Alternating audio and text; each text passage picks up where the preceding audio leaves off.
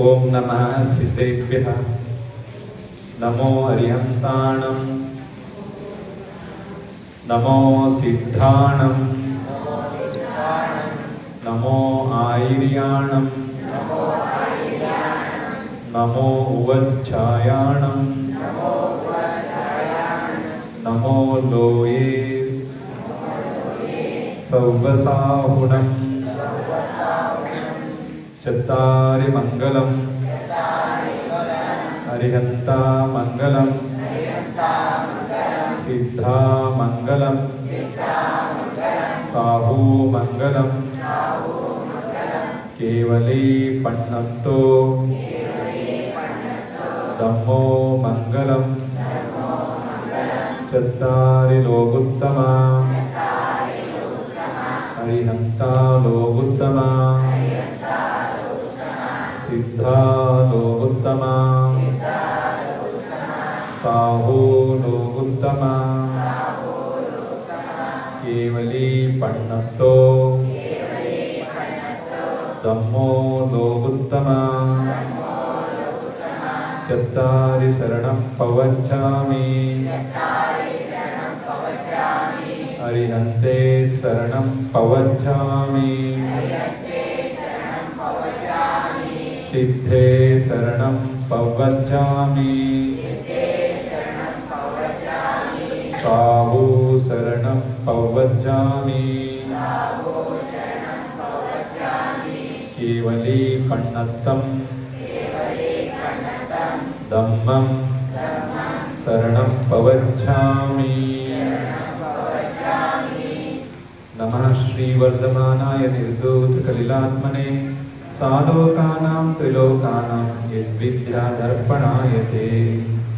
बोले अनंतानंत सिद्ध परमेष्टि भगवान की, अरिहंत भगवान की, चौबीसों भगवान की, आदिनाथ भगवान की, अनंतनाथ तीर्थंकर भगवान की, पार्श्वनाथ तीर्थंकर भगवान की, महावीर तीर्थंकर भगवान की, अहिंसा परमो धर्म की, उत्तम क्षमा धर्म की, दशलक्षण महापर्व की, 3 कम 9 कोटि मुनि महाराजों की, जय बोलो परम पूज्य जगतगुरु डॉक्टर स्वतंत्र देवेंद्र कीर्ति भट्टार महास्वामी की जय। ಭಗವಂತನ ಪಾದಗಳಿಗೆ ಭಕ್ತಿಪೂರ್ವಕವಾಗಿ ನಮೋಸ್ತುಗಳನ್ನು ಸಲ್ಲಿಸುತ್ತಾ, ಸದ್ಧರ್ಮ ಸಂಯುಕ್ತ ಬಂಧುಗಳೇ, ಈ ದಿವಸ ಭಾದ್ರಪದ ಮಾಸದ ದಶಲಕ್ಷಣ ಮಹಾಪರ್ವದ ಸಮಾಪನೆಯ ದಿವಸ, ಸಮಾರೋಪ ಕಾರ್ಯಕ್ರಮ. ದೇಶದ ವಿಶ್ವದ ಎಲ್ಲೆಡೆ ಜೈನ ಧರ್ಮವನ್ನು ನಂಬಿ ನಡೆಯುವಂಥ ಭವ್ಯ ಜೀವಿಗಳು ಈ ದಶಲಕ್ಷಣ ಪರ್ವವನ್ನು ಆಚರಿಸಿದ್ದಾರೆ. ಈ ಅನಾದಿ ನಿಧನ ಪರ್ವವನ್ನು ಅನಾದಿ ಕಾಲದಿಂದಲೂ ಧರ್ಮದ ಮೂಲಕವೇ ತಮ್ಮ ಆತ್ಮನ ಉದ್ಧಾರ ಆಗುತ್ತೆ ಎನ್ನುವಂಥ ಪರಮ ಸತ್ಯವನ್ನು ತಿಳಿದುಕೊಂಡು ಭವ್ಯಾತ್ಮರು ಆಚರಿಸಿಕೊಂಡು ಬರ್ತಾ ಇದ್ದಾರೆ.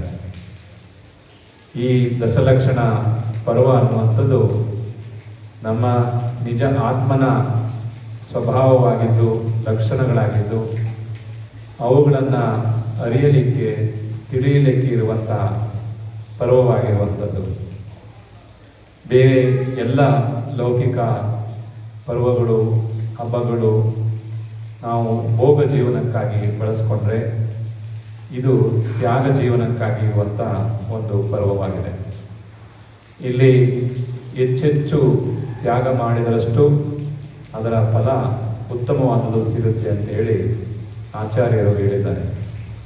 ಭೋಗದಲ್ಲಿ ನಾವು ಎಷ್ಟು ಆಸಕ್ತಿ ಆಗ್ತೇವೆ, ಅಷ್ಟೇ ಮುಂದೆ ಸಂಸಾರದಲ್ಲಿ ದುಃಖಕ್ಕೆ ಕಾರಣ ಆಗುವಂಥ ಕರ್ಮವನ್ನು ಕಟ್ಟಿಕೊಳ್ತೇವೆ ಎನ್ನುವಂಥದ್ದನ್ನು ಸಹ ಆಚಾರ್ಯರು ಹೇಳಿದ್ದಾರೆ. ಅದಕ್ಕಾಗಿ ಸದಾ ನಾವು ತತ್ವಚಿಂತನೆ, ಧರ್ಮಚಿಂತನೆ ಮಾಡುವ ಮೂಲಕವಾಗಿ ಧರ್ಮವನ್ನು ಸದಾ ಧಾರಣೆ ಮಾಡಿಕೊಂಡಿರುವಂಥದ್ದು. ಧರ್ಮ ಅಂತ ಹೇಳಿದ್ರೆ ಧಾರಯತೀತಿ ಧರ್ಮ, ಯಾವುದು ಧರಿಸಲ್ಪಡುತ್ತದೆ, ಧಾರಣೆ ಮಾಡಲಿಕ್ಕಾಗುತ್ತದೆ ಅದನ್ನ ಧರ್ಮ ಅಂತೇಳಿ ಕರೀತಾರೆ. ಶರೀರದ ರಕ್ಷಣೆಗೆ ನಾವು ಮಳೆ, ಚಳಿ, ಬಿಸಿಲು ಇತ್ಯಾದಿಗಳಿಂದ ರಕ್ಷಣೆ ಮಾಡಿಕೊಳ್ಬೇಕು ಅಂತೇಳಿ ನಾವು ಬಟ್ಟೆಯನ್ನು ಧಾರಣೆ ಮಾಡಿರ್ತೀವಿ. ಅದರಿಂದ ಯಾವುದೇ ರೀತಿಯ ನಮ್ಮ ಶರೀರಕ್ಕೆ ಹೊರಗಿನಿಂದ ಯಾವುದೇ ರೀತಿ ತೊಂದರೆ ಆಗಬಾರ್ದು ಅನ್ನುವಂಥದ್ದು. ಹಾಗೆ ಆತ್ಮನ ರಕ್ಷಣೆ ಮಾಡಿಕೊಳ್ಳುವಂಥದ್ದು ಸಹ ನಮ್ಮ ಕರ್ತವ್ಯ ಆಗಿದೆ. ನಮ್ಮ ಆತ್ಮನ ರಕ್ಷಣೆ ನಾವೇ ಮಾಡಿಕೊಳ್ಬೇಕಾಗತ್ತೆ. ಅದಕ್ಕೆ ಆ ಆತ್ಮನ ರಕ್ಷಣೆ ಮಾಡಿಕೊಳ್ಬೇಕು ಅಂತ ಹೇಳಿದ್ರೆ ರತ್ನತ್ರಯದ ಧಾರಣೆ ಮಾಡ್ಕೋಬೇಕಾಗತ್ತೆ. ಸಮ್ಯಕ್ ದರ್ಶನ, ಸಮ್ಯಕ್ ಜ್ಞಾನ, ಸಮ್ಯಕ್ ಚಾರಿತ್ರ, ಈ ಮೂರನ್ನ ರತ್ನತ್ರಯ ಅಂತ ಹೇಳ್ತಾರೆ. ಈ ರತ್ನತ್ರಯ ರೂಪದಲ್ಲಿರುವಂಥ ಧರ್ಮವನ್ನ ಸದಾ ನಾವು ಅಂತರಂಗದಲ್ಲಿ ಧಾರಣೆ ಮಾಡಿಕೊಂಡಿರಬೇಕು. ಅದು ನಮ್ಮ ಆತ್ಮನ ರಕ್ಷಣೆಯನ್ನ ಮಾಡುತ್ತದೆ ಅಂತ ಹೇಳ್ತಾರೆ. ಶರೀರದ ರಕ್ಷಣೆಗೆ ಹೇಗೆ ವಸ್ತ್ರ ಬೇಕು, ಹಾಗೆ ಆತ್ಮನ ರಕ್ಷಣೆಗೆ ರತ್ನತ್ರಯದ ಧಾರಣೆ ಅತ್ಯಂತ ಅಗತ್ಯವಾಗಿದೆ ಅಂತ ಹೇಳ್ತಾರೆ. ಆ ನಿಟ್ಟಿನಲ್ಲಿ ಈ ಧರ್ಮ ಅನ್ನುವಂಥದ್ದು ನಾವು ಸದಾ ಪಾಲಿಸುವಂಥದ್ದು, ಸದಾ ನಮ್ಮ ರಕ್ಷಣೆಯಲ್ಲಿ ಅದು ಇರುವಂಥದ್ದು. ಅದಕ್ಕೋಸ್ಕರ ನಾವು ಈ ಧರ್ಮವನ್ನ ಯಾವಾಗಲೂ ಮೊದಲು ಧರ್ಮ, ಅನಂತರ ಬೇರೆ ಎಲ್ಲವೂ ಅನ್ನುವಂಥದ್ದನ್ನ ತಿಳಿದುಕೊಳ್ಬೇಕು. ಅದು ಆ ಧರ್ಮದ ಸ್ವರೂಪವೇ ಚೈತನ್ಯ ರೂಪಿ ಆತ್ಮನ ರಕ್ಷಣೆ ಮಾಡುವಂಥ ರತ್ನತ್ರಯ ರೂಪದಲ್ಲಿ ಇರುವಂಥದ್ದು. ಅದಕ್ಕೆ ಆ ರತ್ನತ್ರಯ ರೂಪದಲ್ಲಿರುವಂಥ ಧರ್ಮದ ಲಕ್ಷಣಗಳೇ ಉತ್ತಮ, ಕ್ಷಮ, ಮಾರ್ಧವ, ಆರ್ಜವ, ಹೇಳಿ, ತ್ಯಾಗ, ಆಕಿಂಚನ್ಯ, ಬ್ರಹ್ಮಚರ್ಯ. ಈ ರೀತಿಯಾಗಿ ದಶ ಧರ್ಮಗಳು, 10 ಧರ್ಮಗಳಿಲ್ಲ, ಒಂದೇ ಧರ್ಮದ ಆತ್ಮಧರ್ಮದ 10 ಲಕ್ಷಣಗಳಾಗಿದ್ದಾವೆ. ಕ್ಷಮೆಯೂ ಆತ್ಮನ ಲಕ್ಷಣವೇ, ತ್ಯಾಗವೂ ಆತ್ಮನ ಲಕ್ಷಣವೇ, ತಪಸ್ಸು ಸಹ ಆತ್ಮನ ಲಕ್ಷಣವೇ, ಉತ್ತಮ ಆರ್ಜವೂ ಆತ್ಮನ ಲಕ್ಷಣವೇ. ಈ ಎಲ್ಲವೂ ಇದ್ರೆ ಒಂದು ಆತ್ಮನ ನಿಜ ಸ್ವರೂಪ ಯಾವುದು ಅಂತ ಹೇಳಿದ್ರೆ ದಶಲಕ್ಷಣಗಳಿಂದ ಕೂಡಿದ ಒಂದೇ ಆತ್ಮದ್ರವ್ಯವೇ ಆಗಿರುತ್ತದೆ ಅಂತ ಹೇಳಿ ನಾವು ತಿಳಿದುಕೊಳ್ಬೇಕು. 15-16 ದಿವಸಗಳ ಈ ಒಂದು ಪರ್ವದಲ್ಲಿ ಪ್ರತಿನಿತ್ಯವೂ ಒಂದಲ್ಲ ಒಂದು ರೀತಿಯ ಪುಣ್ಯಾಶ್ರವಕ್ಕೆ ಸಂಬಂಧಪಟ್ಟ ರೀತಿಯಲ್ಲಿ ಪೂಜೆ ಭಾವನೆಗಳನ್ನು ಮಾಡಿ ಧರ್ಮದ ಒಂದು ವಿಚಾರವನ್ನ ತಿಳಿದುಕೊಳ್ಳಲಾಗುತ್ತೆ.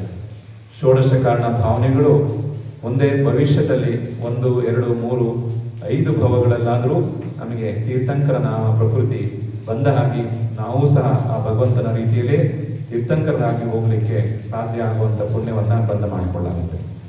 ಈ ತೀರ್ಥಂಕರ ಅನ್ನುವಂಥ ಪ್ರಕೃತಿ ಅತ್ಯಂತ ಶ್ರೇಷ್ಠವಾಗಿರುವಂಥದ್ದು. ಹಾಗೆ ಎಷ್ಟೋ ಜನ ತಪಸ್ ಮಾಡಿ ಕರ್ಮವನ್ನು ಕಳೆದು ಮೋಕ್ಷಕ್ಕೆ ಹೋಗುವಂಥ ಜೀವಿಗಳು ಅಸಂಖ್ಯಾತರಿದ್ದಾರೆ. ಸಂವತ್ಸರಣದಲ್ಲಿ ನಾವು ನೋಡಿದಾಗ ಅಲ್ಲಿ ಒಂದೊಂದು ತೀರ್ಥಂಕರರ ಕಾಲದಲ್ಲಿ ಅಸಂಖ್ಯಾತದ ಮುನಿಗಳು ಅವರ ಸಂವತ್ಸರದಿಂದಲೇ ತಪಸ್ ಮಾಡಿ ಮೋಕ್ಷಕ್ಕೆ ಹೋಗಿದ್ದನ್ನು ಸಹ ನಾವು ಓದಲಿಕ್ಕೆ ಸಿಗುತ್ತೆ. ಸಮೇಧ ಶಿಖರ್ಜಿಯಲ್ಲಿ ಅನಂತ ಜೀವಿಗಳು ಅಲ್ಲಿ ಮೋಕ್ಷಕ್ಕೆ ಹೋಗಿದ್ದಾರೆ. ಬೇರೆ ಬೇರೆ ಸಿದ್ಧ ಕ್ಷೇತ್ರದಲ್ಲೂ ಮೋಕ್ಷಕ್ಕೆ ಹೋಗಿದ್ದಾರೆ. ಮೋಕ್ಷಕ್ಕೆ ಹೋಗುವವರೆಲ್ಲರೂ ತೀರ್ಥಂಕರಾಗಿ ಮೋಕ್ಷಕ್ಕೆ ಹೋಗೋದಿಲ್ಲ. ಆದರೆ ತೀರ್ಥಂಕರರಾಗಿ ಮೋಕ್ಷಕ್ಕೆ ಹೋಗುವಂಥವ್ರ ಸಂಖ್ಯೆ ಬಹಳ ಕಮ್ಮಿ ಇರುತ್ತೆ.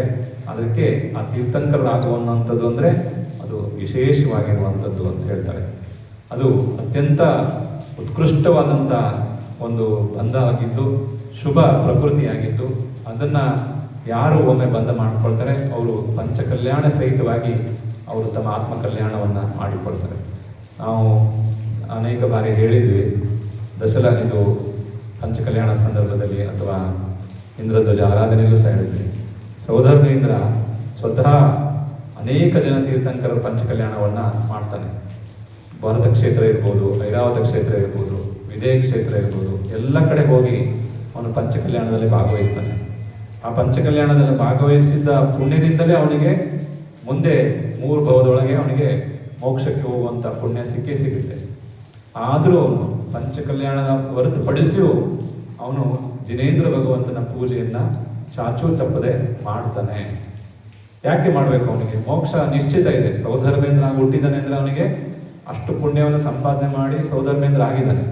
ಆ ಗತಿಯಲ್ಲಿ ಹುಟ್ಟಿದಾನೆ ಅಂದಮೇಲೆ ಅವನಿಗೆ ನಿಶ್ಚಿತವಾಗಿಯೂ ಮೋಕ್ಷ ಸಿಗುತ್ತೆ. ನಿಶ್ಚಿತ. ಶಾಸ್ತ್ರದಲ್ಲಿ ಸತ್ಯ ಹೇಳಿದೆ, ಯಾವ ಸೌಧರ್ಮೇಂದ್ರನೂ ಮೋಕ್ಷ ಇಲ್ಲ ಅಂತಿಲ್ಲ. ಸೌಧರ್ಮೇಂದ್ರ ಆದವನಿಗೆ ಮೋಕ್ಷ ನಿಶ್ಚಿತ ಇದೆ. ಆದರೂ ಸೌಧರ್ಮೇಂದ್ರ ಪಂಚಕಲ್ಯಾಣಗಳನ್ನು ಮಾಡೋದು ಬಿಟ್ಟು ಹೋಗಿ ಭಗವಂತನ ಪೂಜೆ ಮಾಡ್ತಾನೆ. ಯಾಕೆ ಭಗವಂತನ ಪೂಜೆ ಯಾಕೆ ಮಾಡ್ತಾನೆ ಅಂತ ಹೇಳಿದ್ರೆ, ನಾನು ಯಾರೆಲ್ಲ ತೀರ್ಥಂಕರರಾಗಿದ್ದಾರೆ ಅವರ ಪೂಜೆಯನ್ನು ಅವ್ರಿಗೆ ಪಂಚಕಲ್ಯಾಣ ಮಾಡಿ ನಾನು ಅವ್ರ ಮೋಕ್ಷಕ್ಕೆ ಹೋಗ್ಲಿಕ್ಕೆ ನಾನು ಸಹಕಾರ ಮಾಡ್ತೇನೆ. ಆದರೆ ನಾನು ಬರೀ ಮೋಕ್ಷಕ್ಕೆ ಹೋಗೋದು ಬೇಡ. ನಾನು ಎಲ್ಲರದು ಪಂಚಕಲ್ಯಾಣ ಮಾಡಿಸಿ ನಾನು ಮೋಕ್ಷಕ್ಕೆ ಹೋಗೋದು ನನಗೆ ಇಷ್ಟ ಇಲ್ಲ. ಅದು ನಂದ ಪರಿಶ್ರಮ ಏನಿಲ್ಲ ಅದರಲ್ಲಿ. ಆ ತೀರ್ಥಂಕರರ ಆಶೀರ್ವಾದದಿಂದ ನನಗೆ ಮೋಕ್ಷ ಸಿಗ್ತಿರೋದು. ನಾನು ಅವ್ರ ಸೇವೆ ಮಾಡ್ತೀನಿ, ಅದಕ್ಕೆ ನನಗೆ ಮೋಕ್ಷದ ಹೋಗುವಂಥ ಪುಣ್ಯ ಬಂದ ನನಗೆ ಆಗಿದೆ. ಆದರೆ ಅದರಲ್ಲಿ ನನ್ನ ಪುರುಷಾರ್ಥ ಏನಿಲ್ಲ. ಅದಕ್ಕೆ ಸೋದರರಿಂದ ನಿಶ್ಚಿತ ಮಾಡ್ಕೊಳ್ತಾನೆ, ನನ್ನ ಪುರುಷಾರ್ಥದಿಂದ ನಾನು ಮೋಕ್ಷಕ್ಕೆ ಹೋಗ್ಬೇಕು. ಆ ಪುರುಷಾರ್ಥದ ಫಲ ಯಾವುದು? ಅರ್ಹತ್ ಭಕ್ತಿ. ನಾನು ಜಿನೇಂದ್ರ ಭಗವಂತನ ಪೂಜೆ ಮಾಡಬೇಕು. ನಿತ್ಯ ಕಾಲ ಯಾವಾಗಲೂ ನಾನು ಜಿನೇಂದ್ರ ಭಗವಂತನ ಪೂಜೆ ಮಾಡಬೇಕು, ಆರಾಧನೆ ಮಾಡಬೇಕು, ಭಕ್ತಿ ಮಾಡಬೇಕು. ಆ ಭಕ್ತಿ ಮಾಡಿದ ಫಲ ನನಗೇನು ಸಿಗಬೇಕು? ತೀರ್ಥಂಕರ ನಾಮ ಪ್ರಕೃತಿ ಬಂಧ ಮಾಡ್ಕೊಳ್ಬೇಕು. ನನಗೆ ಬರೀ ಮೋಕ್ಷಕ್ಕೆ ಹೋಗೋದಲ್ಲ, ನಾನು ತೀರ್ಥಂಕರನಾಗಿ ಮೋಕ್ಷಕ್ಕೆ ಹೋಗ್ಬೇಕು. ನಾನೆಲ್ಲ ತೀರ್ಥಂಕರದ ಪಂಚಕಲ್ಯಾಣ ಮಾಡಿರ್ತೀನಿ ಅಂದಮೇಲೆ ನಾನು ಹಾಗೆ ಹೋಗ್ಬಾರ್ದು.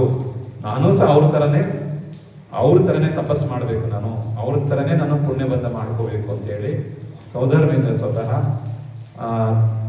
ಭಗವಂತನ ಭಕ್ತಿ ಮಾಡ್ತಾನೆ. ನಂದೀಶ್ವರ ದೀಪಕ್ಕೆ ಹೋಗಿ, ಪಂಚಮೇರು ಮಂದಿರಕ್ಕೆ ಹೋಗಿ, ಎಲ್ಲೆಲ್ಲಿ ಅಕೃತಿಮ ಜನ ಚೈತ್ಯಾಲಯಗಳಿದ್ದಾವೆ ಅಲ್ಲೆಲ್ಲ ಹೋಗಿ ಅವರ ಪೂಜೆ ಮಾಡಿ, ದಿನ ರಾತ್ರಿ ಹಗಲು ರಾತ್ರಿ ಭೇದ ಭಾವ ಇಲ್ಲದೆ 24 ತಾಸು ಆ ಭಗವಂತನ ಪೂಜೆ ಆರಾಧನೆ.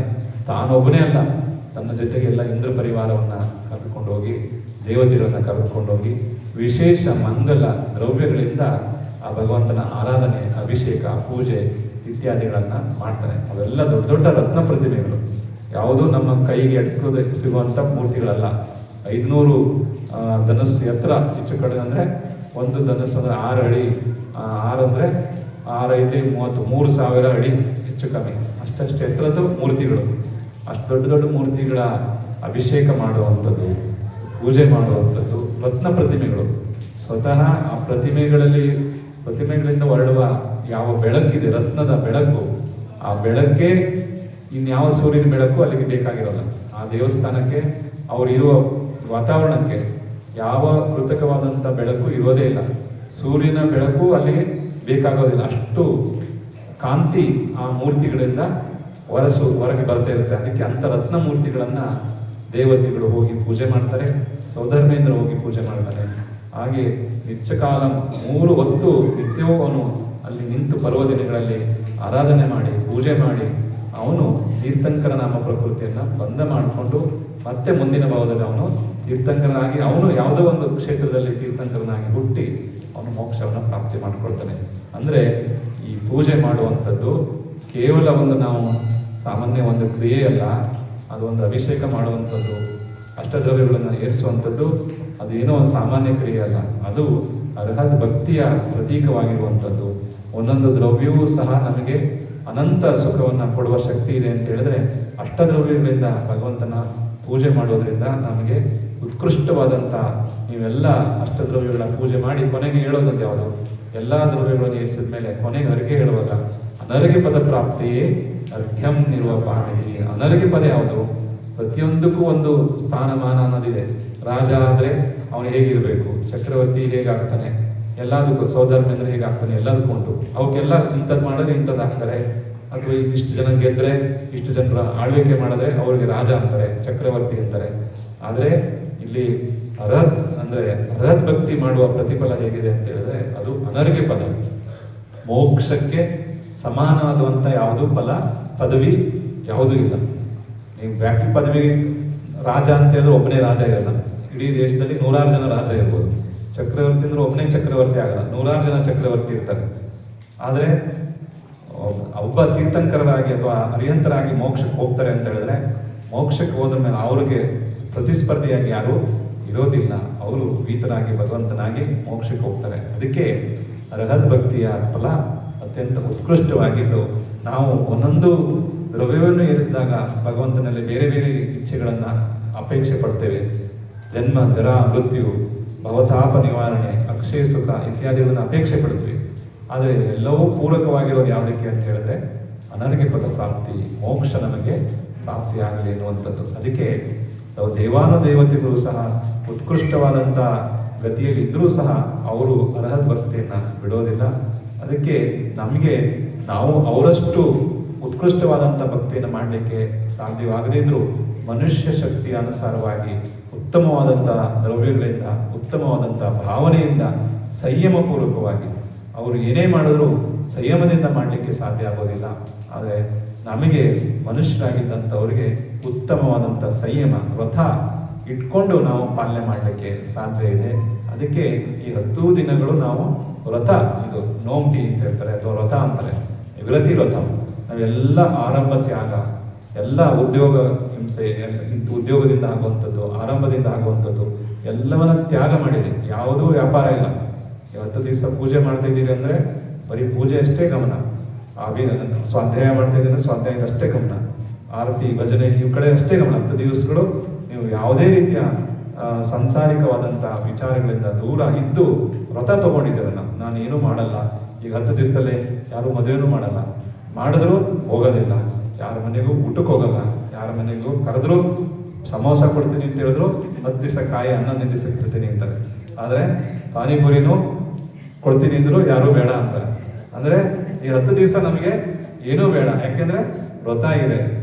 ಯಾಕೆಂದ್ರೆ ಈಗ ಎಲ್ಲ ಥರದ್ದು ಹಬ್ಬ ಅಂದರೆ ಎಲ್ಲರಿಗೂ ಪಕ್ವಾನ ತಿನ್ನುವಂಥದ್ದು. ಆದರೆ ನಮ್ಮ ಜೈನರ ಹಬ್ಬ ಅಂದರೆ ಎಲ್ಲ ಬಿಟ್ಬಿಡೋದು.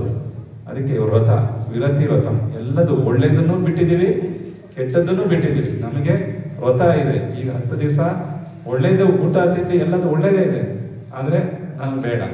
ಈಗ ನನಗೆ ಸಾತ್ವಿಕವಾಗಿರೋದು, ಸರಳವಾಗಿರುವಂಥದ್ದು 10 ದಿವಸ ನನಗೆ ವ್ರತ ಮಾಡಲಿಕ್ಕೆ ಅನುಕೂಲಕರವಾದಂಥ ಆಹಾರ ಪಾನೀಯ ಮತ್ತೆ ಚಟುವಟಿಕೆಗಳು ನಮಗೆ ಅದಕ್ಕೆ ತಕ್ಕಂತೆ 10 ದಿವಸ ನಾನು ಅನುಸರಿಸ್ಕೊಂಡು ಹೋಗುವಂಥದ್ದು. ಒಂದೊಂದು ದಿವಸ ಒಂದೊಂದು ಧರ್ಮದ ಪೂಜೆ, ಒಂದೊಂದು ದಿವಸ ಒಂದೊಂದು ಜಪ, ಒಂದೊಂದು ದಿವಸ ಒಂದೊಂದು ಸ್ವಾಧ್ಯಾಯ, ಒಂದೊಂದು ವಿಚಾರಗಳನ್ನು ತಿಳಿದುಕೊಳ್ಳುವಂಥ ಸಂಕಲ್ಪ ಮಾಡಿದ್ದೇನೆ. ಹಾಗಾಗಿ 10 ದಿವಸವೂ ನಾನು ನಿಯಮಬದ್ಧನಾಗಿದ್ದೀನಿ, ಸಂಯಮಿಯಾಗಿದ್ದೇನೆ ಅನ್ನುವಂಥದ್ದು ಈ ಮನುಷ್ಯ ಗತಿಯಲ್ಲಿ ಮಾತ್ರ ಸಾಧ್ಯ ಇರೋದ್ರಿಂದ ದೇವಾನುದೇವತೆಗಳು ಎಷ್ಟೇ ಭಕ್ತಿ ಮಾಡಿದ್ರು ಮನುಷ್ಯ ಸಹಜವಾಗಿ ಮಾಡುವಂಥ ಅಲ್ಪ ಶಕ್ತಿಯಲ್ಲಿ ಮಾಡುವ ಭಕ್ತಿಯೂ ಸಹ ಸಾರ್ಥಕವಾದಂಥ ಫಲವನ್ನ, ಅದು ಮಹಾ ಮೋಕ್ಷ ಫಲವನ್ನ ನಿಮಗೆ ಕೊಡುವಂಥದ್ದು. ಅದಕ್ಕೆ ನಮ್ಮಲ್ಲಿ ದೇವ ಪೂಜೆ ಅನ್ನುವಂಥದ್ದು ಶ್ರಾವಕರಿಗೆ ಮೊದಲ ಆದ್ಯತೆಯಲ್ಲಿ ಕೊಟ್ಟಿರುವಂಥದ್ದು.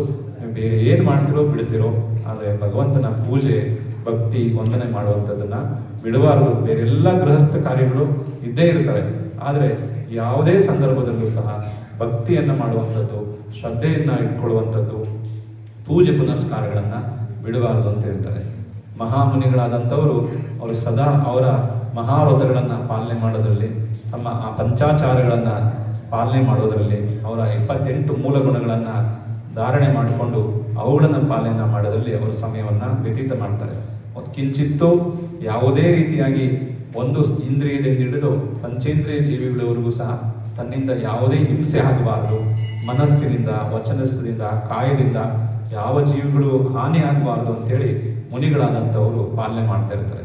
ಅವರ ಯಾವುದೇ ವ್ರತದಲ್ಲಿ ಬರೀ ಅವರು ಜೀವನ ಪರ್ಯಂತ ನಿಯಮ ತಗೊಂಡಿದ್ದಾರೆ ಅಂತ ಹೇಳಿದ್ರೆ ಮತ್ತೆ ಯಾವತ್ತೂ ಅದು ಅಹಿಂಸೆ ಆಗೋದಿಲ್ಲ ಅಂತಲ್ಲ.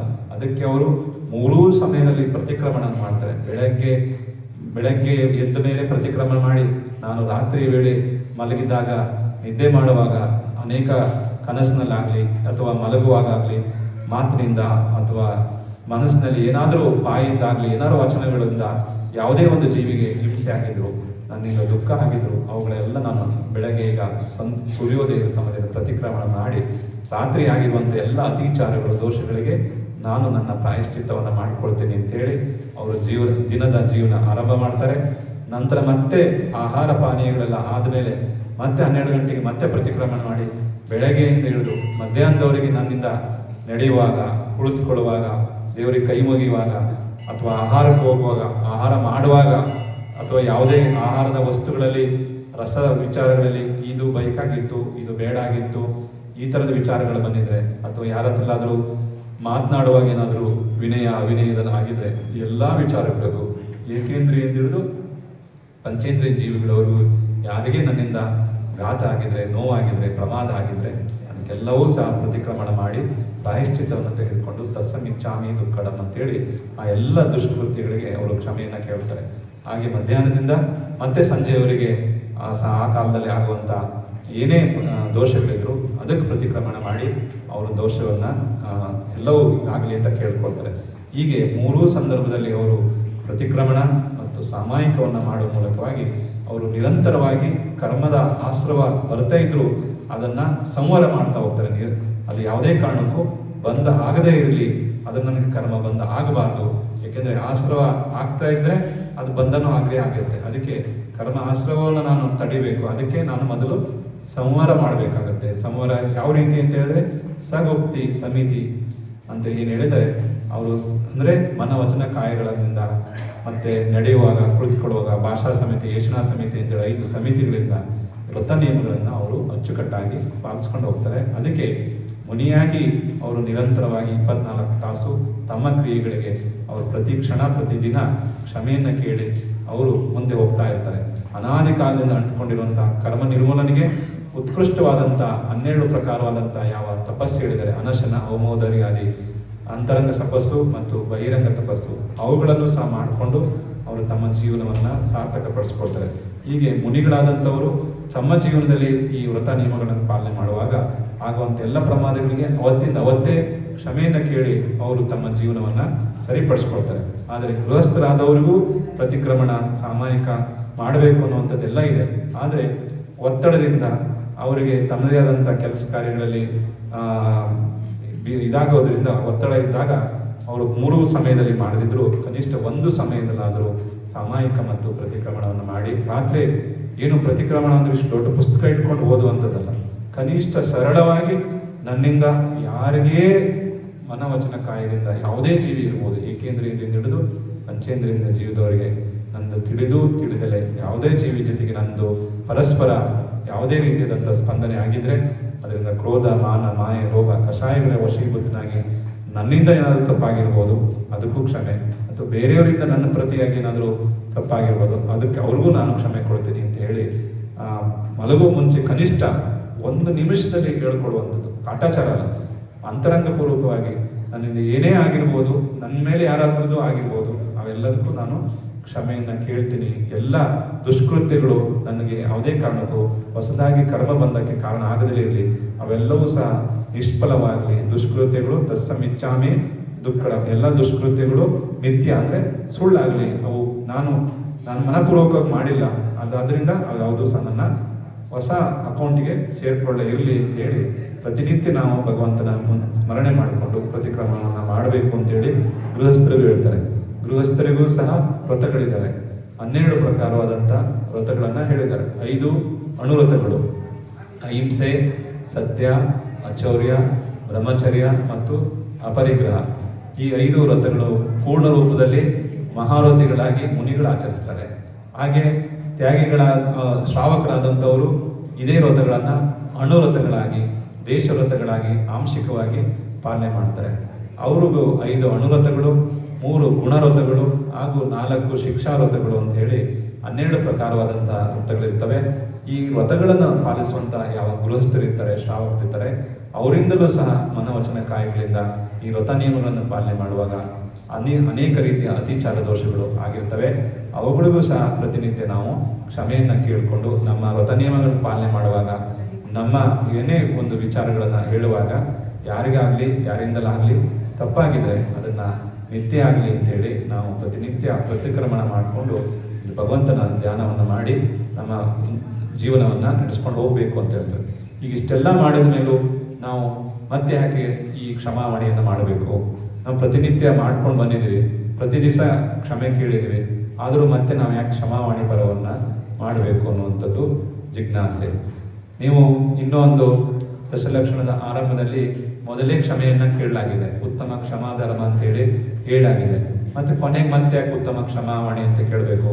ಕ್ಷಮಾವಾಣಿ ಯಾಕೆ ಬೇಕು? ಮೊದಲನೇ ದಿವಸನೇ ಕ್ಷಮೆ ಅಂತ ಹೇಳಿದ್ಮೇಲೆ ಮತ್ತೆ ಯಾಕೆ ವಾಪಸ್ ಕೊನೆಗೆ 11ನೇ ದಿವಸಕ್ಕೆ ಕ್ಷಮಾವಾಣಿ ಅಂತ ಹೇಳುವಂಥದ್ದು? ಅದಕ್ಕೆ 10 ದಿವಸದಲ್ಲಿ ಮೊದಲನೇ ದಿವಸ ಬರುವಂಥದ್ದು ಉತ್ತಮ ಕ್ಷಮ ಧರ್ಮ. ಕ್ಷಮ ಧರ್ಮ ಯಾವುದು? ಧರ್ಮ ಯಾವಾಗಲೂ ಧಾರಣೆ ಮಾಡುವಂಥದ್ದು.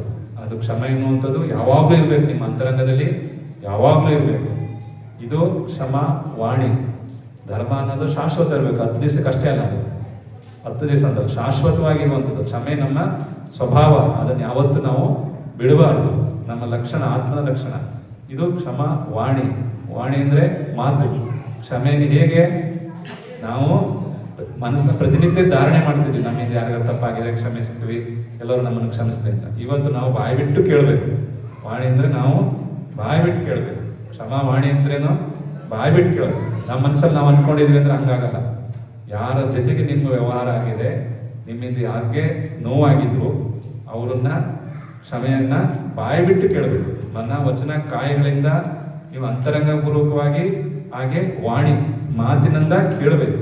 ನನ್ನಿಂದ ಏನಾರು ಆಗಿದ್ರೆ, ಆಗಿದ್ರಲ್ಲ, ಆಗಿದೆ, ಜಗಳ ಆಡಿದ್ದೀವಿ, ಬೈದಿದ್ದೀವಿ, ಏನಾರ ಮಾತಾಡಿರ್ತೀವಿ, ಅದು 10 ದಿವಸದಲ್ಲಿ ಆಗಿರ್ಬೋದು, 1 ವರ್ಷದಲ್ಲೂ ಆಗಿರ್ಬೋದು, ನನಗೆ ಗೊತ್ತಿದ್ದು ಆಗಿರ್ಬೋದು, ಗೊತ್ತಿಲ್ಲದಲ್ಲೂ ಆಗಿರ್ಬೋದು. ಅದಕ್ಕೆ ನಾನು, ಯಾಕೆಂದ್ರೆ ಯಾವಾಗಲೂ ನೀವು ಅವ್ರ ಜೊತೆಗೆ ಕೂತ್ಕೊಳ್ತೀರಿ, ಅವಾಗ ಅವ್ರ ಜೊತೆಗೆ ಮಾತಾಡ್ತಿರ್ತೀರಿ ಅಂದಾಗ ಜಗಳನೂ ಆಗಿರುತ್ತೆ, ಬೇಜಾರು ಆಗಿರುತ್ತೆ, ಎಲ್ಲ ಥರದ್ದು ಆಗಿರುತ್ತೆ. ಅದಕ್ಕೆ ನಿಮ್ಮ ವ್ಯವಹಾರ ಯಾರ ಜೊತೆಗೆ ಇದೆ ಅವ್ರ ಜೊತೆಗೆ ನೀವು ಸ್ವತಃ ಬಾಯಿ ಬಿಟ್ಟು ನನ್ನಿಂದ ಏನಾರು ಆಗಿದ್ರೆ ಕ್ಷಮೆ ಇರಲಿ. ಕ್ಷಮೆ ವಾಣಿ ಅಂದ್ರೆ ಕ್ಷಮೆ ಇರಲಿ, ನಾನು ಸಹ ನಿಮ್ಮಿಂದ ಏನಾರು ಆಗಿದ್ರೆ ಅದನ್ನ ಕ್ಷಮಿಸ್ತೀನಿ ಅಂತ ಹೇಳಿ ಕೇಳಬೇಕು.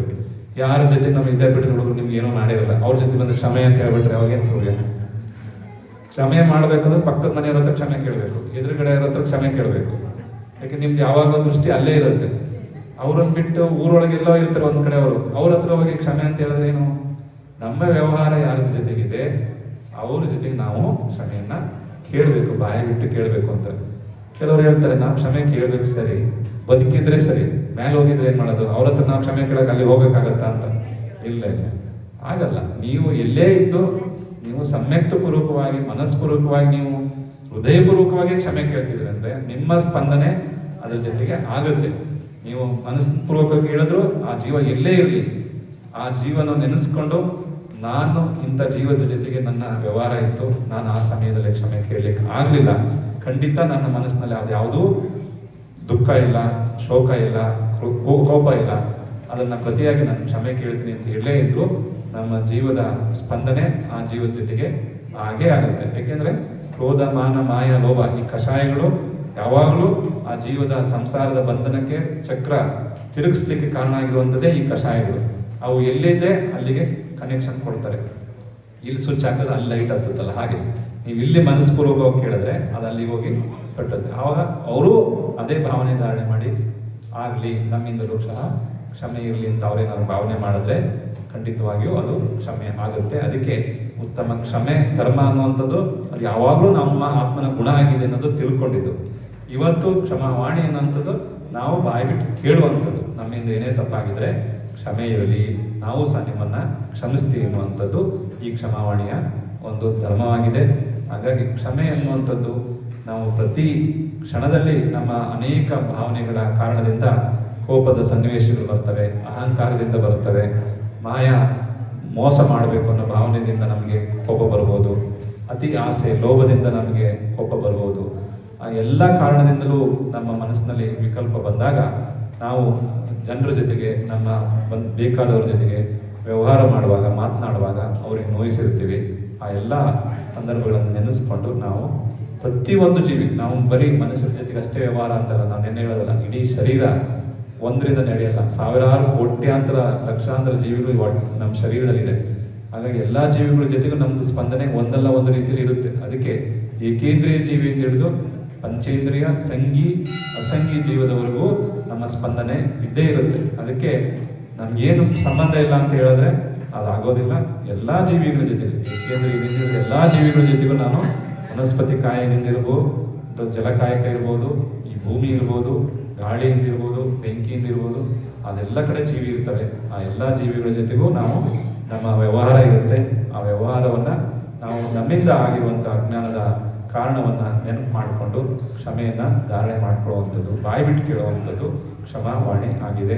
ಆ ನಿಟ್ಟಿನಲ್ಲಿ ಸ್ವರ್ಗದಲ್ಲಿರ್ಬೋದು, ನರಕದಲ್ಲಿರ್ಬೋದು, ತ್ರಿಯಂಚಿಗತಿಯಾಗಿರ್ಬೋದು, ಮನುಷ್ಯ ಲೋಕದಲ್ಲಿರ್ಬೋದು, ಆ ಎಲ್ಲೇ ಜನ ಇದ್ರೂ ಆ ಜೀವಿಗಳಿದ್ರೆ ನಮ್ಮ ಜೊತೆಗೆ ಅನಾದಿ ಕಾಲ, ಈ ಒಂದು ಜನ್ಮದಲ್ಲ ನಮ್ಮ ಸಂಪರ್ಕ ಅನಾದಿ ಕಾಲದಿಂದ. ಮನುಷ್ಯ ಜನ್ಮ ಸಿಗೋದು ಕೇವಲ 7 ಬಾರಿ ಮನುಷ್ಯ ಪುರುಷನಾಗಿ, 7 ಬಾರಿ ಸ್ತ್ರೀಯಾಗಿ ಹುಟ್ಟುವಂಥದ್ದು. ಬಾಕಿ 84 ಲಕ್ಷ ಯೋನಿಗಳಲ್ಲಿ ಮನುಷ್ಯ ಜನ್ಮ ಇರೋದೇ ಇಷ್ಟೇ, 14 ಬಾರಿ ಸಿಗುತ್ತೆ. ಇನ್ನೊಂದ 7 ಬಾರಿ ನಪುಂಸಕರಾಗಿ.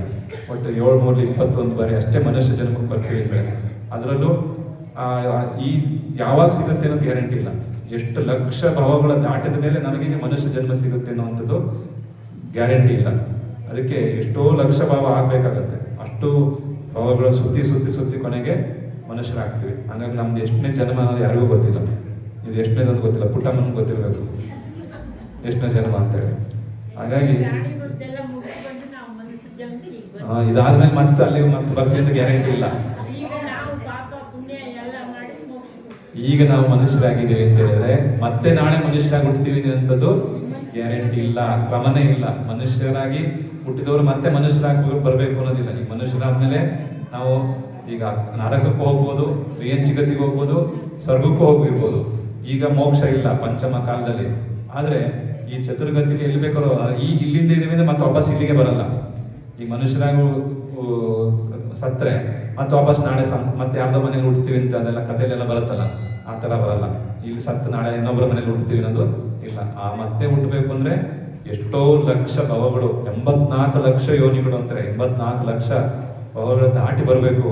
ಅದ್ರಲ್ಲಿ ಎಷ್ಟನೇ ಭವ ನಮ್ದು ಅನ್ನೋದು ಗೊತ್ತಿಲ್ಲ. ಅದಕ್ಕೆ ಅನಿತ್ಯಾಣಿ ಶರೀರಾಣಿ ವಿಭೋ ನೈವ ಸಂಪದ ನಿತ್ಯಂ ಸನ್ನಿಧೋ ಮೃತ್ಯು ಕರ್ತವ್ಯೋ ಧರ್ಮ ಸಂಗ್ರಹ ಅಂತ ಹೇಳಿದರೆ.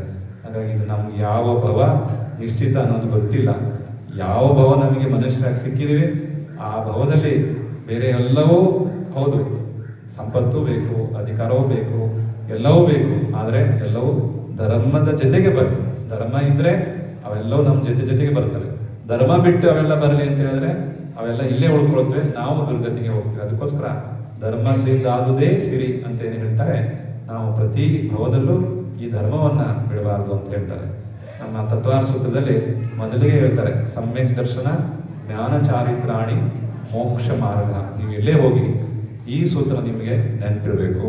ನಾವು ಮನುಷ್ಯಗತಿಯಿಂದ ದೇವಗತಿಗೆ ಹೋಗ್ಬೋದು, ನರಕಗತಿಗೆ ಹೋಗಿರ್ಬೋದು, ಏನೇ ಇರಲಿ ರತ್ನತ್ರಯ ಬಗ್ಗೆ ನಾವು ತಿಳಿದುಕೊಂಡಿದ್ರೆ ನಮಗೆ ಮುಂದೆ ಹೋಗಿ ಆ ಸಂಸ್ಕಾರ ನೆನಪಾದರೆ ನಾನು ಹಿಂದೆ ಯಾವ ಭಾವದಲ್ಲಿದ್ದೆ, ಏನ್ ಮಾಡಿದ್ದೆ, ಯಾಕೆ ಇಲ್ಲಿಗೆ ಬಂದೆ ಅನ್ನುವಂಥದ್ದು ಆ ಕಾರಣವಾಗಿ ಅದೊಂಥರ ಪಾಸ್ವರ್ಡ್ ಇದ್ದಂಗೆ. ಆ ರತ್ನತ್ರಯ ಸೂತ್ರ ನಮ್ಗೆ ನೆನಪಿತ್ತು ಅಂದ್ರೆ ನಾನು ಹಿಂದೆ ಈಗ ಮನುಷ್ಯನಾಗಿಂದ ದೇವಗತಿಗೆ ಬಂದಿದೆ ಅಂದ್ರೆ ಅಲ್ಲಿ ಏನ್ ಮಾಡಿದಕ್ಕೋಸ್ಕರ ಇಲ್ಲಿಗೆ ಬಂದೆ, ನರಕಗತಿಗೆ ಹೋದ್ರೆ ಅಲ್ಲಿ ಏನ್ ಮಾಡಿದಕ್ಕೋಸ್ಕರ ನಾನು ಇಲ್ಲಿಗೆ ಬಂದೆ ಅಂತ ವಿವೇಕ ರತ್ನತ್ರಯ ನಮಗೆ ತೋರಿಸ್ಕೊಡುತ್ತೆ. ಅದಕ್ಕೋಸ್ಕರ ನಾವು ಏನೇ ಮಾಡಿದ್ರು ಸಮ್ಯಕ್ ಧರ್ಮದ ಪರಿಪಾಲನೆಯನ್ನ ಮಾಡುವಂಥದ್ದನ್ನ ಬಿಡಬಾರದು. ಆಸ್ತಿ ಮಾಡಲಿಕ್ಕೆ, ವ್ಯವಹಾರದಲ್ಲೇ, ಮದುವೆ, ಮಕ್ಕಳು, ಮಂಜು ಯಾವುದಕ್ಕೂ ನಾವು ಯಾರೂ ಶಾಸ್ತ್ರದಲ್ಲಿ ವಿರೋಧ ಇಲ್ಲ. ಮದುವೆ ಆಗೋದು ತಪ್ಪು ಅಂತ ಹೇಳಲ್ಲ, ಅಥವಾ ಸಂಸಾರ ನಡೆಸೋದು ತಪ್ಪು ಅಂತ ಹೇಳಲ್ಲ. ಅದು ಯಾವುದೇ ಮಾಡಿ ಧರ್ಮ ಅನ್ನೋದನ್ನ ಬಿಟ್ಟು ಮಾಡಬೇಡಿ. ಧರ್ಮದ ಜೊತೆಗೆ ನೀವು ಏನ್ ಬೇಕಾದ್ರೂ ವ್ಯವಹಾರ ಮಾಡಿ, ಏನ್ ಬೇಕಾದ್ರೂ ಬಿಸ್ನೆಸ್ ಮಾಡಿ, ಎಲ್ಲವೂ ಧರ್ಮದ ಜೊತೆಗೆ ಇರಬೇಕು. ಅಧರ್ಮದ ಜೊತೆಗೆ ಆಗಿದ್ದು ದುರ್ಗತಿಗೆ ಕಾರಣವಾಗುತ್ತೆ, ಧರ್ಮದಿಂದ ಆಗಿದ್ದು ಸದ್ಗತಿಗೆ ಕಾರಣ ಆಗುತ್ತೆ. ದುಃಖಕ್ಕವೋ ಕಮ್ಮಕ್ಕವೋ ಗೋಯಿಲಾವೋ ಸುಗೈಗಮಣಂ ಸಮಾಯಿ ಮರಣಂ ದಿನಗುಣ ಸಂಪತ್ತಿ ಓ ಪಂಚಮ. ಎಲ್ಲವೂ ಏನಾಗಬೇಕು, ನಮಗೆ ಅಂತಿಮವಾಗಿ ಬೇಕಾಗಿರೋದು ಜಿನಗುಣ ಸಂಪತ್ತಿ. ನಮಗೆ ಸಿದ್ಧರ ಜಿನಗುಣ ಯಾವುದು?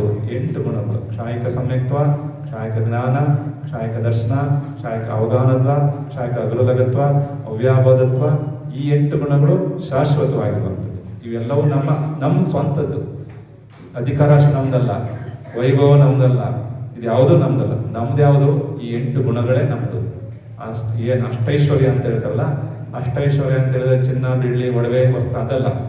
ಅಷ್ಟೈಶ್ವರ್ಯ ಯಾವುದು ಅಂತ ಹೇಳಿದ್ರೆ ನಮ್ಮ ಈ ಕ್ಷಾಯಿಕ ಸಮ್ಯಕ್ತ್ವ, ಕ್ಷಾಯಿಕ ಜ್ಞಾನ, ಏನು ಸಿದ್ಧರ 8 ಗುಣಗಳು ಅಂತ ಹೇಳ್ತಾರಲ್ಲ, ಅದು ಸಿದ್ಧರಾಗ ಅಷ್ಟೇ ಅಲ್ಲ, ಅದು ನಮ್ದೇ. ನಮ್ಮ ಆತ್ಮನ್ನು ಸಿದ್ಧರಾಗಕ್ಕೆ ಸಿದ್ಧ ಮಾಡ್ಕೋಬೇಕು ನಾವು. ಹಾಗಾಗಿ ನಮ್ಮ ಆತ್ಮನ ಗುಣಗಳು ಇದೇ 8. ಆದ್ರೆ ನಾವು ಬೇರೆದನ್ನ ನಾವೇನೋ ನಮ್ದು ಅಂತ ತಿಳ್ಕೊಂಡ್ವಿ, ಬೇರೆದನ್ನ ಸಂಪತ್ತು ಅಂತ ತಿಳ್ಕೊಂಡ್ವಿ, ಬೇರೆದು ನಮ್ಮ ಜೊತೆಗೆ ಇರುತ್ತೆ ಯಾವಾಗ್ಲೂ ಅನ್ಕೊಂಡ್ವಿ, ಯಾವಾಗ್ಲೂ ನಮ್ಮ ಜೊತೆಗೆ ಇರೋದನ್ನ ಮರೆತು ಬಿಟ್ವಿ. ಹಾಗಾಗಿ ನಮ್ದು ಯಾವುದು ಅಂತ ತಿಳಿದುಕೊಳ್ಳೋಕ್ಕೋಸ್ಕರ ನಾವು ಗತಿ ಬಂಧ ಮಾಡಿಕೊಂಡು ಭವಭವಗಳಲ್ಲಿ ಹೇಳ್ತಾರೆ. ಅಜ್ಞಾನದ ತಿಮಿರದಲ್ಲಿ ಏನೋ ಹೇಳ್ತೀವಿ, ದಿನವಣಿ ಸ್ತೋತ್ರ ಹೇಳ್ತಿರಲ್ಲ, ಗತಿ ಕಾಣದ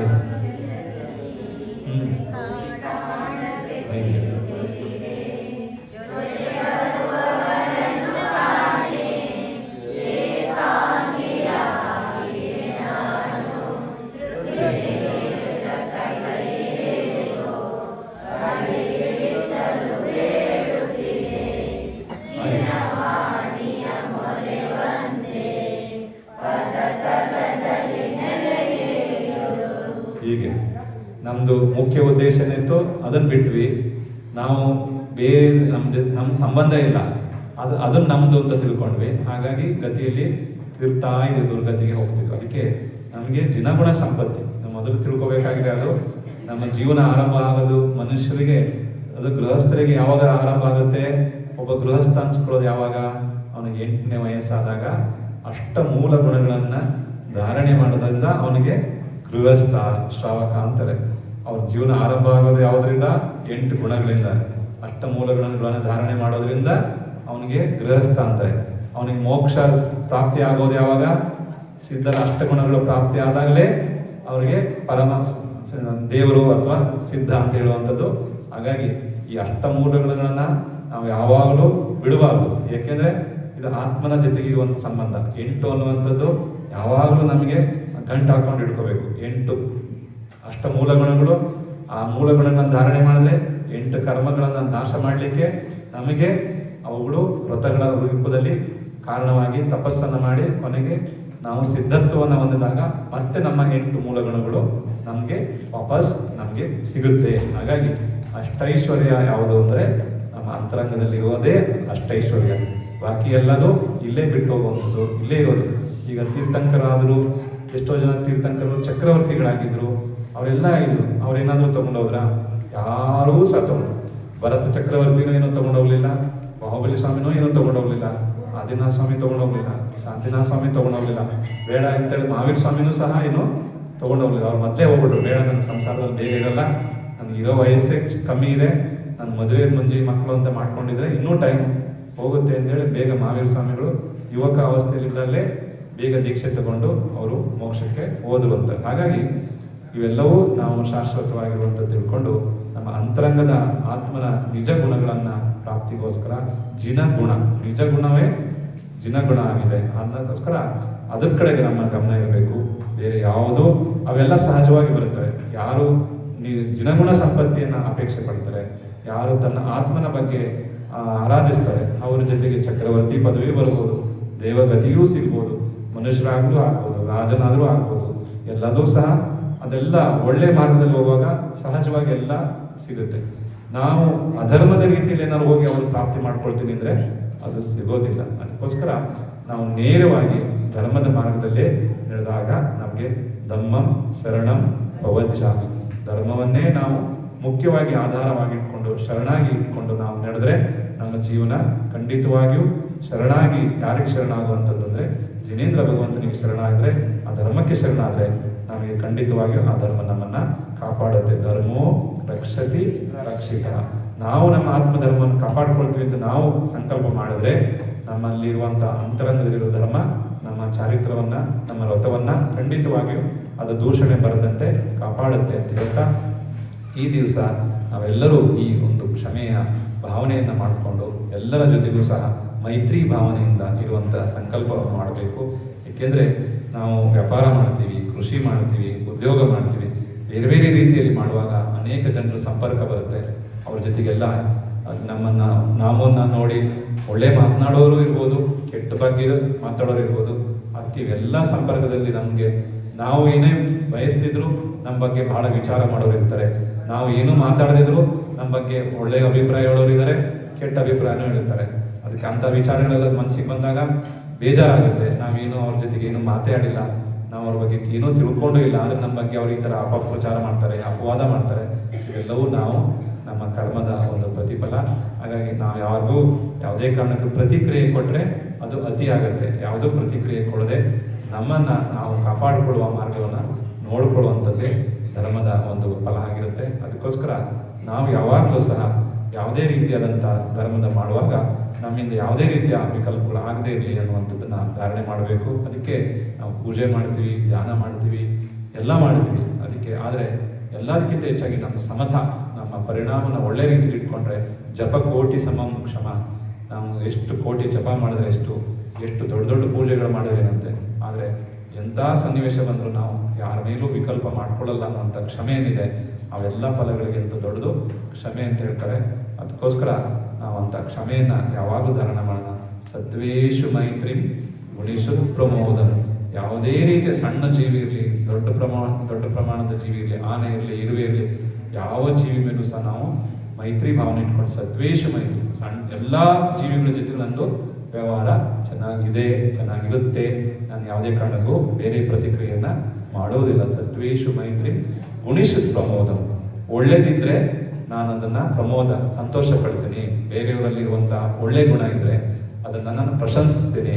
ಅವರಲ್ಲಿ ಯಾವುದೇ ರೀತಿಯಾದಂಥ ವಿಚಾರಗಳಿದ್ರೆ ಅದನ್ನು ನಾನು ಸ್ವೀಕಾರ ಮಾಡ್ತೀನಿ. ಗುಣಿಸು ಪ್ರಮೋದ, ಬೇರೆಯವರಲ್ಲಿರೋ ಒಳ್ಳೆತನನ ನಾನು ಅನುಮೋದಿಸ್ತೀನಿ, ಅದನ್ನ ಅನುಸರಿಸ್ತೀನಿ. ಗುಣಿಸು ಪ್ರಮೋದಂ ಕ್ಲಿಷ್ಟೇಶು ಜೀವೇಶು ಕೃಪಾಪರತ್ವ, ಯಾವುದೇ ಜೀವಿ ಮೇಲೂ ಸಹ ನಾನು ಕರುಣೆ ಮತ್ತೆ ವಾತ್ಸಲ್ಯ ಭಾವನೆ ಇಟ್ಕೊಳ್ತೀನಿ. ಕ್ಲಿಷ್ಟೇಶು ಜೀವೇಶು, ಯಾವುದೇ ಜೀವಿ ಇರಲಿ, ಸಣ್ಣದ್ರಿಂದ ಹಿಡಿದು ದೊಡ್ಡ ಜೀವಿನೇ ಇರಲಿ, ಅದು ಎಲ್ಲ ಜೀವಿ ಮೇಲೂ ದಯಾಭಾವನೆ ಕರುಣಾ ಭಾವನೆ ಇಟ್ಕೊಳ್ತೀವಿ. ಕ್ಲಿಷ್ಟೇಶು ಜೀವೇಶು ಕೃಪಾಪರತ್ವ, ಕೃಪೆ ಅಂದ್ರೆ ದಯಾ ಭಾವನೆ ಇಟ್ಕೊಂಡಿರ್ತೀನಿ. ನನ್ನಿಂದ ಯಾವುದೇ ಜೀವಿಗೂ ನೋವು ಆಗಬಾರ್ದು, ಯಾವುದೇ ಕಾರಣಕ್ಕೂ ನನಗೆ ಅನಗತ್ಯವಾದಂಥ ನನ್ನಿಂದ ತಿಳಿದರೆ ಯಾವುದೇ ರೀತಿಯಾದ ನೋವು ಆಗ್ದಂಗೆ ನಾನು ನೋಡ್ಕೊಳ್ತೀನಿ. ಕ್ಲಿಷ್ಟೇಶು ಜೀವೇಶು ಕೃಪಾಪರತ್ವ ಮಾಧ್ಯಸ್ಥ ಭಾವ, ನಾನು ಎಷ್ಟೇ ಸಮವಾಗಿರ್ಬೇಕು ಅಂತ ಅನ್ಕೊಂಡಿರ್ತೀನಿ, ಆದರೂ ಎದುರುಗಡೆ ಇರೋ ನನ್ನ ಬೇಕು ಅಂತ ಜಗಳಕ್ಕೆ ಬರ್ತಾರೆ, ಅಥವಾ ಏನಾದರೂ ಒಂದು ಮಾತಾಡಿಸಿ ನನ್ನಲ್ಲಿ ಮನಸ್ಸಿನಲ್ಲಿ ಕಲುಷಿತ ಮಾಡ್ತಾರೆ. ನಾನು ಬೇಡ ಅಂತ ಹೇಳಿದ್ರು ನನ್ನ ಬಾಯಿಂದ ಉತ್ತರ ಕೊಡೋಂಗೆ ಮಾಡ್ಕೊತಾರೆ. ಸೊ ಇಂಥ ಎಷ್ಟು ನಾನು ಪ್ರಯತ್ನ ಪಟ್ಟು ದಾರಿ ತಪ್ಪಿಸೋದ್ರು ಇನ್ನೊಂದು ದಾರಿಯಿಂದ ಬಂದು ನಮ್ಮ ಜೊತೆಗೆ ಜಗಳ ಮಾಡ್ತಾರೆ. ನಾನು ಸುಮ್ಮನಿದ್ರು ಅವ್ರು ನನ್ನನ್ನು ಬಿಡಲ್ಲ. ನಾನು ಎಷ್ಟೇ ಸಲ ಅವ್ರನ್ನ ಕ್ಷಮಿಸಿದ್ದೀನಿ, ನಾನು ಹೇಳಿದ್ದೀನಿ ನನ್ನಿಂದ ಏನೂ ತಪ್ಪಾಗಲ್ಲ, ನೀವು ಸುಮ್ಮನಿರಿ ನಾವು ಸುಮ್ಮನೆ, ಆದರೂ ನಮ್ಮನ್ನು ಕಾಡಿಸೋದನ್ನ ಇದ್ದೇ ಇರ್ತಾರೆ. ಅದಕ್ಕೆ ಅಂತ ಸಂದರ್ಭ ಏನೇ ಬಂದರೂ ಮಾಧ್ಯಸ್ಥ ಭಾವಂ ವಿಪರೀತ ರೂಪು, ಆ ಥರ ವಿಪರೀತವಾಗಿ ನಮಗೆ ಕಾಟ ಕೊಡೋರು ಯಾರೇ ಇದ್ರು ಅವ್ರ ಜೊತೆಗೆ ನಾವು ಅದೇ ಪ್ರತಿಕ್ರಿಯೆ ಕೊಡದೆ ಅವ್ರ ಜೊತೆಗೆ ಮಾಧ್ಯಸ್ಥ ಭಾವನೆ, ಅವ್ರು ಏನಾದರೂ ಹೇಳ್ಕೊಳ್ಳಿ, ಏನಾದರೂ ಮಾಡ್ಕೊಳ್ಳಿ.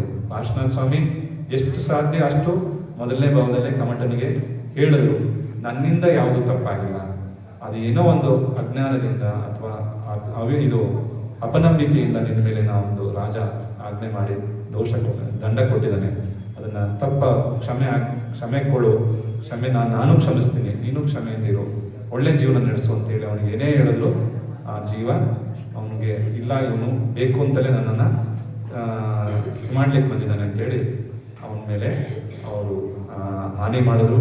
ಅದು ಒಂದು ಭಾವದಲ್ಲ, ಎರಡನೇ ಭಾವಕ್ಕೆ ಬಂದಾಗಲೂ ಅವಾಗಲೂ ಹಾವಿನ ಭಾವದಲ್ಲಿದ್ದಾಗಲೂ ಆ ಕಮಟನ ಜೀವ ಬಂದು ಆನೆ ಭಾವದಲ್ಲಿದ್ದಾಗ ಹಾವಾಗಿ ಬಂದು ಕಾಡಿಸ್ತು.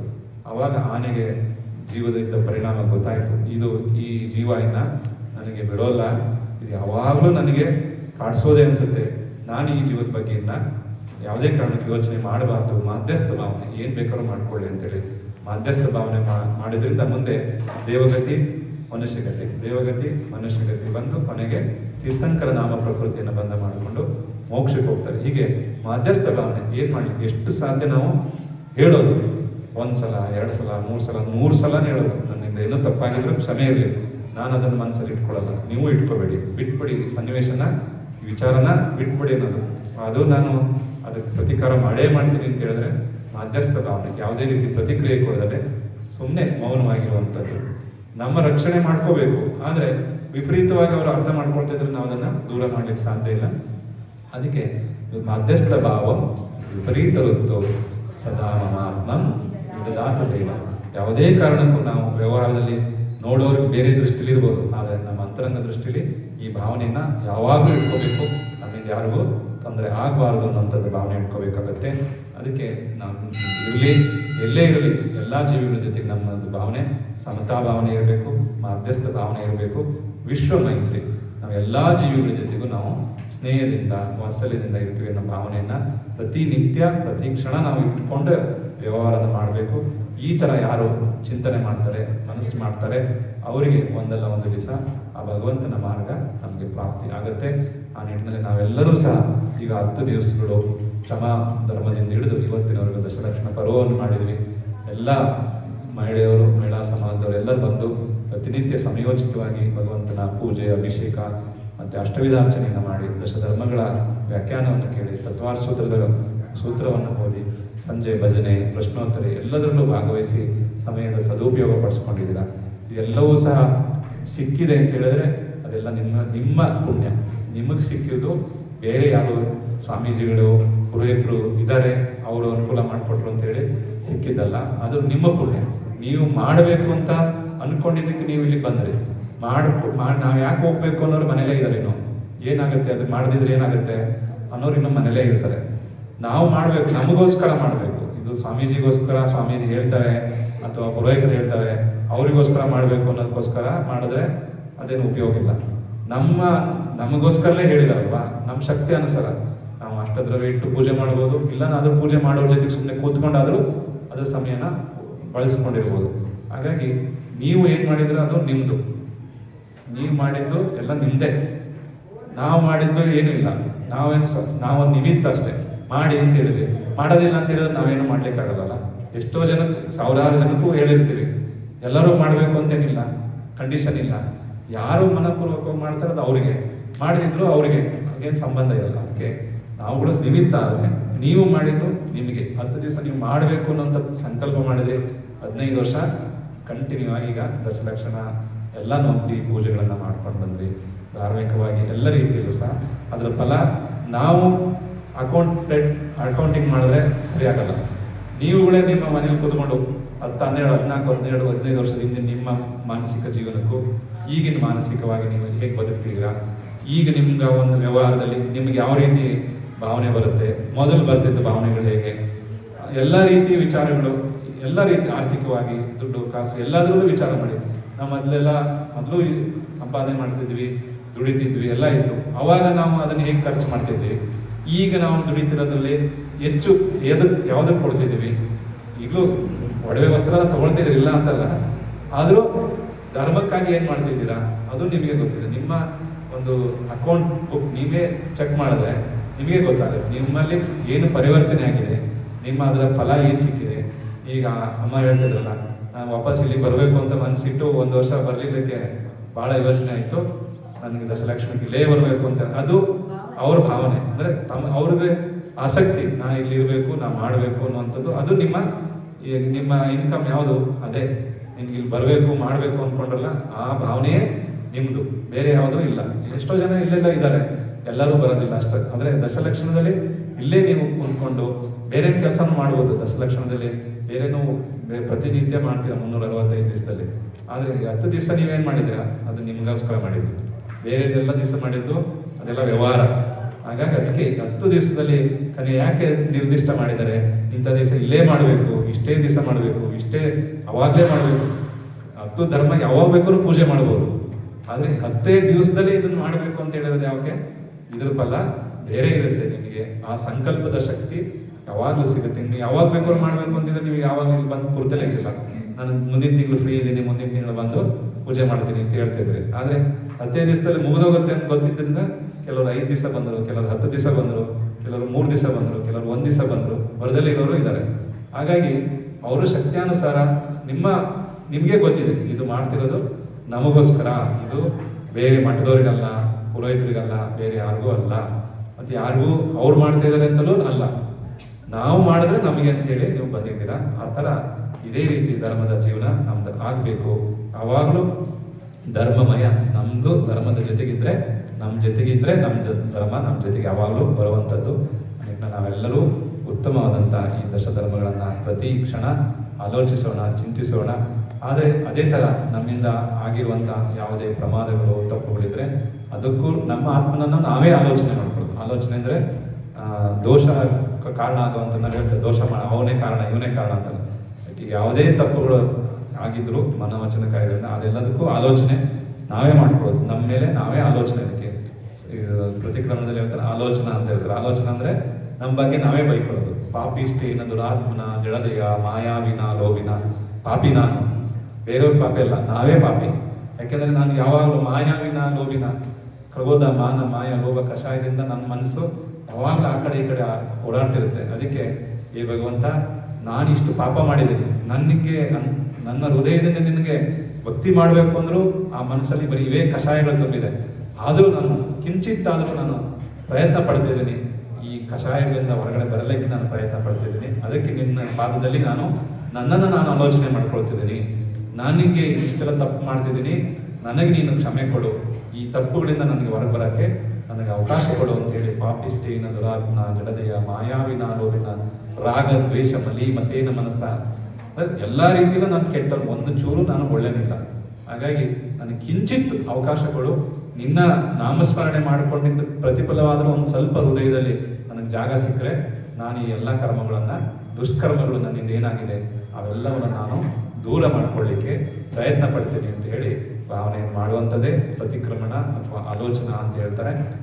ನಾವೆಲ್ಲರೂ ಸಹ ಸಾಮೂಹಿಕವಾಗಿ ಭಗವಂತನ ಸಾಕ್ಷಿಪೂರ್ವಕವಾಗಿ ಪ್ರತಿ ವರ್ಷದಂತೆ ನಾವು ಭಗವಂತನ ಸಾನ್ನಿಧ್ಯದಲ್ಲಿ ಎಲ್ಲರೂ ಕ್ಷಮೆಯನ್ನು ಕೇಳೋಣ.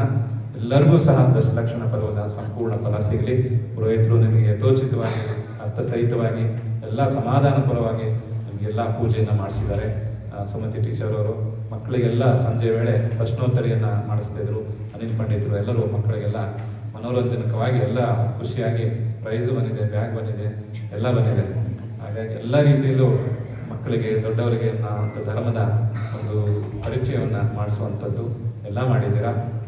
ಚಿಕ್ಕ ಊರು ಸಂಖ್ಯೆ ದೊಡ್ಡ ಮುಖ್ಯ ಅಲ್ಲ, ಕ್ವಾಲಿಟಿ ಬ್ರ್ಯಾಂಡ್ ಅಂತ ಹೇಳ್ತಾರಲ್ಲ, ನಮಗೆ ಕ್ವಾಲಿಟಿ ಮುಖ್ಯ. ಕ್ವಾಲಿಟಿ ಇದ್ರೆ ಮುಖ್ಯ, ಸಂಖ್ಯೆ ಮುಖ್ಯ ಅಲ್ಲ. ನಮ್ಮ ಹತ್ರ ಎಷ್ಟು ಜನ ಬಂದು ಹೋಗ್ತಾರೆ, ಎಷ್ಟು ಜನ ಕೂರ್ತಾರೆ ಅದೆಲ್ಲ ಮುಖ್ಯ ಅಲ್ಲ. ನಮ್ಮದು ಕ್ವಾಲಿಟಿ ಅಷ್ಟೇ ಮುಖ್ಯ, ಬ್ರ್ಯಾಂಡ್ ಅಷ್ಟೇ, ನಮ್ದು ಅಷ್ಟೇ ಮುಖ್ಯ. ಸಣ್ಣ ಸಮಾಜ ಇದ್ರು, ಕ್ಷೇತ್ರದ ಹೆಸರು ದೊಡ್ಡದಿದ್ರು, ಸಮಾಜ ಅಂದಾಗ ಚಿಕ್ಕ ಊರು, ನಮ್ದು 100 ಮೀಟರ್ಲು ಒಂದು ಊರು ಮುಗಿದೋಗುತ್ತೆ. ಆದರೂ ನಾವು ಮಾಡಿರೋ ಧರ್ಮದ ನಮ್ಮ ಜೊತೆಗೆ ಯಾವಾಗಲೂ ಬರಬೇಕು ಅನ್ನೋದಕ್ಕೋಸ್ಕರಲೇ ಮಾಡಿರುವಂಥದ್ದು. ಅದರ ಫಲ ಸಂಪೂರ್ಣ ಭಗವಂತನ ಆಶೀರ್ವಾದದಿಂದ ನಿಮಗೆಲ್ಲರಿಗೂ ಪ್ರಾಪ್ತಿಯಾಗಲಿ. ಉತ್ತಮ ವಿಚಾರಗಳು, ಉತ್ತಮ ಆಚರಣೆಯಿಂದ ನಮ್ಮ ಸದ್ಗತಿಗೆ ಪ್ರಾಪ್ತಿಯಾಗಲಿ ಅಂತ ಹೇಳ್ತಾ, ಮತ್ತೊಮ್ಮೆ ನಮ್ಮ ಯಾವುದೇ ಕಾರ್ಯಕರ್ತರು, ಪುರೋಹಿತರು, ಮತ್ತು ಮಕ್ಕಳು, ದೊಡ್ಡವರು, ಚಿಕ್ಕವರು, ಯಾರಿಂದ ಏನೇ ಆಗಿದ್ರು ಪರ್ವದಿನಗಳಲ್ಲಿ ಆಗಿರುವಂಥದ್ದು, ಅದು ಮೊದಲಾಗಲಿ ನಂತರ ಆಗಲಿ ಯಾವುದೇ ಇದ್ರೂ ಯಾವ ವಿಕಲ್ಪಗಳನ್ನು ಮನಸ್ಸಿನಲ್ಲಿ ಇಟ್ಕೊಳ್ಳದೆ, ಎಲ್ಲವೂ ಮನುಷ್ಯ ಸಹಜವಾದಂಥ ಪ್ರಮಾದಗಳಾಗ್ತವೆ.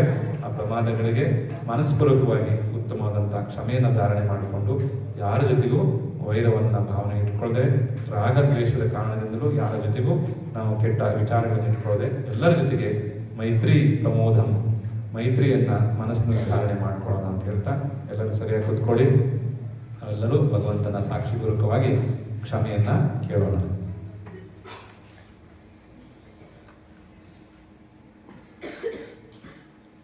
ಓಂ ನಮಃ ಸಿದ್ಧೇಭ್ಯಃ.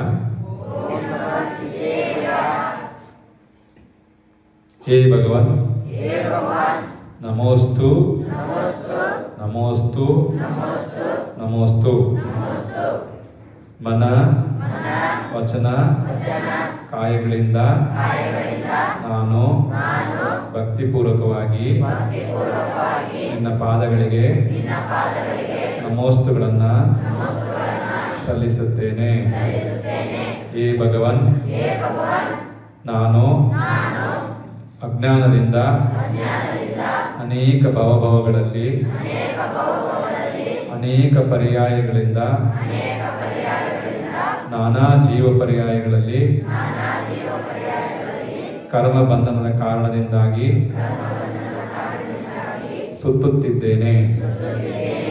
ಯಾವುದೇ ಭವದಲ್ಲೂ ನನಗೆ ಸರಿಯಾದ ಸಮ್ಯಕ್ತ ಮಾರ್ಗವು ಪ್ರಾಪ್ತವಾಗದೆ ಪ್ರತಿ ಬಾರಿಯೂ ನನ್ನಿಂದ ಅನೇಕ ಬಾರಿ ಕ್ರೋಧ, ಮಾನ, ಮಾಯ, ಲೋಭ ಕಷಾಯಗಳಿಂದ ಅನೇಕ ರೀತಿಯ ಅಪರಾಧಗಳು, ಪ್ರಮಾದಗಳು ಆಗಿರುತ್ತವೆ.